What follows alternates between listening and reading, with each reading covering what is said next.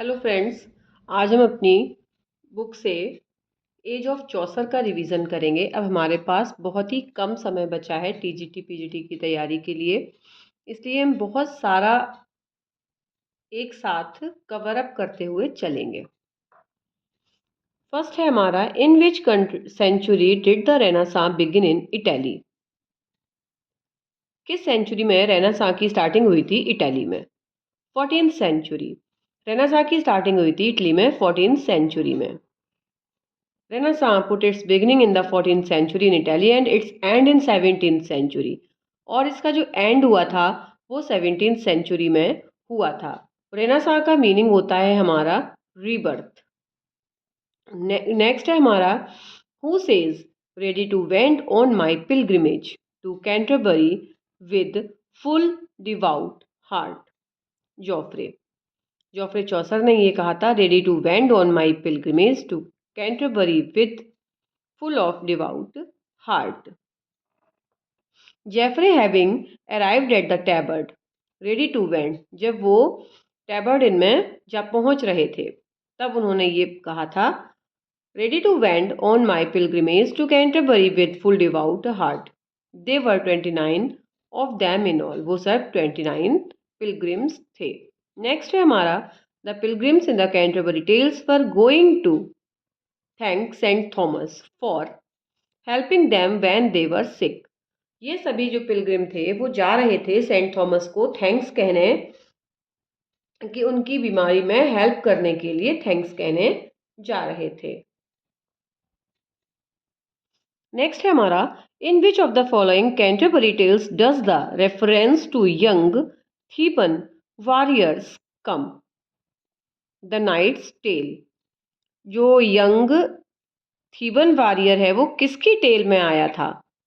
ये पीजीटी दिल्ली 2015 में क्वेश्चन पूछा गया है, ये आया था नाइट की टेल में।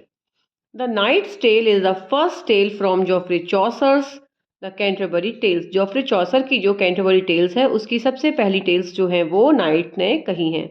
The knight tales a long involve tale of love from ancient Greece about two knights, Arcite और पैलामोन। उसने दो नाइट्स के बारे में कहा है, आर्साइट और पैलामोन के बारे में।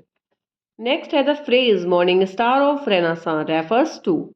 ये फ्रेज कहा गया है जोफ्रे चौसर के लिए।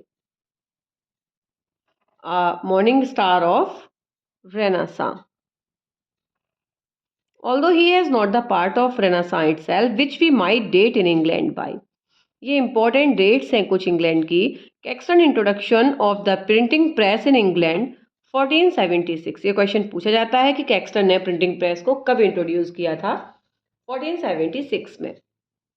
The rise of the first Tudor monarch in 1487 में इनका मोनार्क हुआ था। The Protestant Reformation of 1517 AD। The linguistic changes in the Great Vowel Shift that bring about early modern English in 1450। Next है हमारा, in the prologue to Canterbury Tales which character is fond of hunting and riding? The monk. जो prologue of Canterbury में monk है वो hunting और riding का बहुत ही शौकीन है।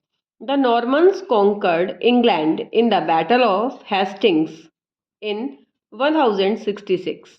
The Norman conquest of England was military invasion of England by William the Conqueror in 1066। Epithalamion is a poem written to celebrate a marriage। Epithalamion जो पोइम है वो लिखी गई है सेलिब्रेट करने के लिए मैरिज को। Edmund Spenser's Epithalamion is an ode written to his bride Elizabeth Boyle. Edmund Spenser ने अपनी ब्राइड एलिजाबेथ बाउले के लिए ये ओड लिखा था। ऑन हर वेडिंग डे 1594, अपने वेडिंग डे पे 1594 में। It is a poetic celebration of marriage. ये मैरिज का एक पोइटिक सेलिब्रेशन है। नेक्स्ट है इसका, he was a writer in the Elizabethan era, a devotee to the Protestant church. Protestant church के ये डिवोटी थे और ये राइटर थे एलिजाबेथन एरा के। He lived from 1552 to 1599। इनका बर्थ 1552 में हुआ था और इनकी डेथ हुई थी 1599 में।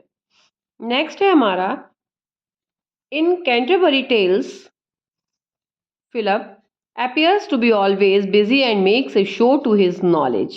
मैन ऑफ लॉ, जो मैन ऑफ लॉ है वो हमेशा बिजी और खुद को बहुत ही नॉलेज वाला शो करने की कोशिश करता है।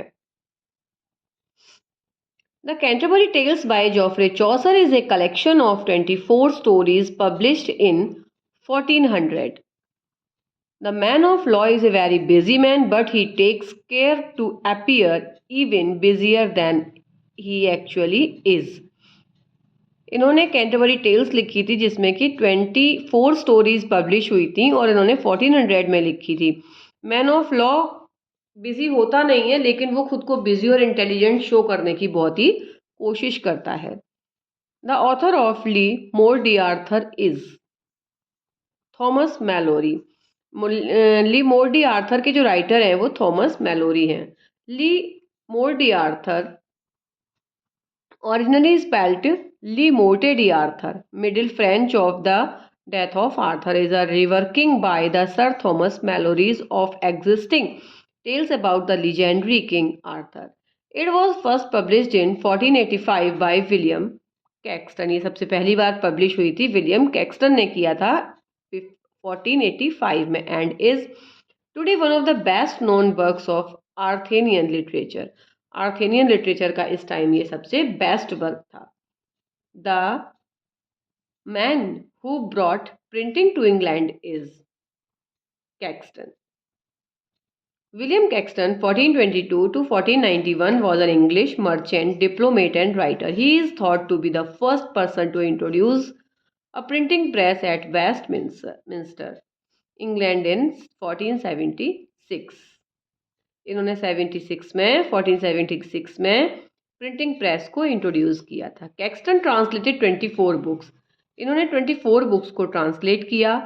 ही set up a press in Bruges about 1474 and the Recuyell the first book printed in English. The Recuyell is उनकी पहली बुक थी जो उन्होंने प्रिंट की थी। As per Trevelyan in England, we see for the first time the modern mingling with the medieval. चौसर। आज हमने as of चौसर को कंप्लीट किया। नेक्स्ट वीडियो में हम पहुंचेंगे एज ऑफ शेक्सपियर पे। अगर आप सभी को ये वीडियो पसंद आया हो तो प्लीज़ चैनल को लाइक, शेयर और सब्सक्राइब करें। Okay, bye bye.